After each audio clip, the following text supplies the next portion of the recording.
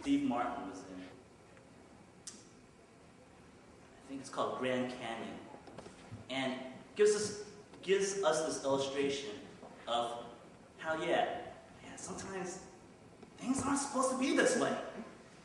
There's this part in the movie where this guy drives along on the highway and it's backed up.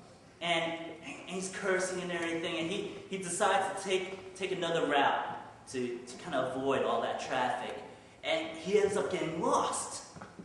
Right? Things start to get worse for this guy. He gets lost, and he finds himself in the middle of a ghetto. Right? And what's worse is that his car starts to break down in the middle of a ghetto. And so he calls up AAA or some type of towing service, and they tell him that they're going to be there. So he's waiting in his car, and lo and behold, these guys come into this alleyway that he's stuck in. And they're not the most friendly of people. You know, they're there to do some damage. They're there to do some bodily harm to this man. They want something from him. And so they start threatening him, and just in the nick of time, the tow truck comes. Right? And they're like, go home, go away. Don't you see what we're trying to do here? And the guy comes out and says, man, don't you get it? Things aren't supposed to be this way. This guy is supposed to be able to drive his car into this place, and if it breaks down, he's supposed to make a call, and somebody's supposed to come and help him without you guys having to harass him. Man, I'm supposed to be able to do my job here. Things aren't supposed to be this way.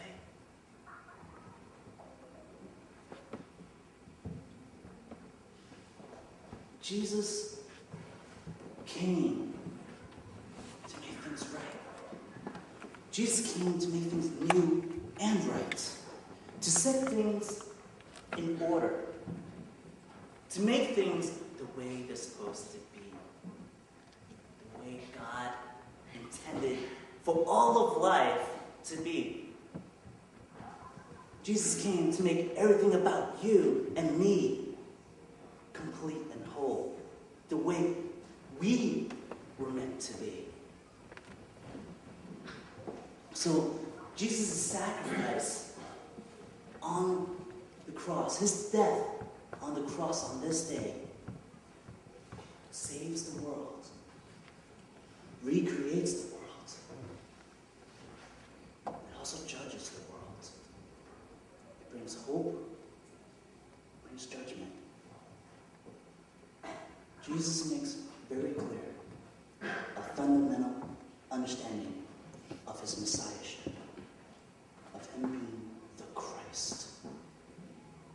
And he also makes very clear an understanding of what it means to follow him, what it means to be a disciple.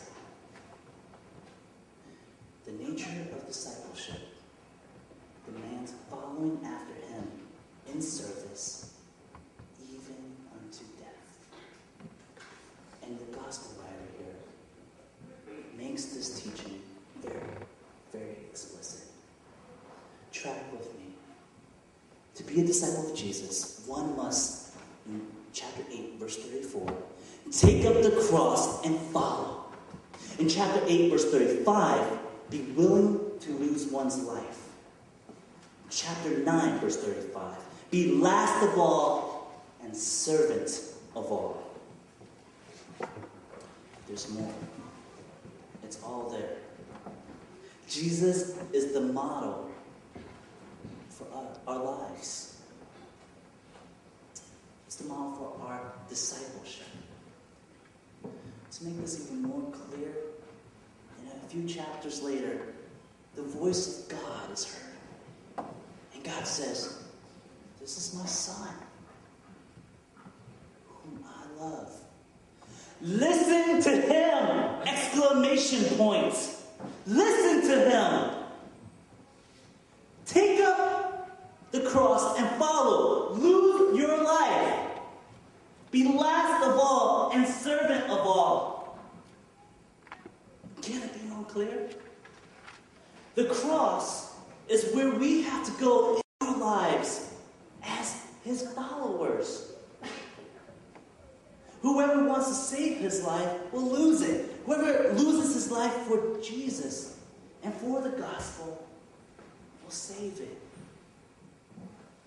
We remember the accomplishment of Jesus on the cross today.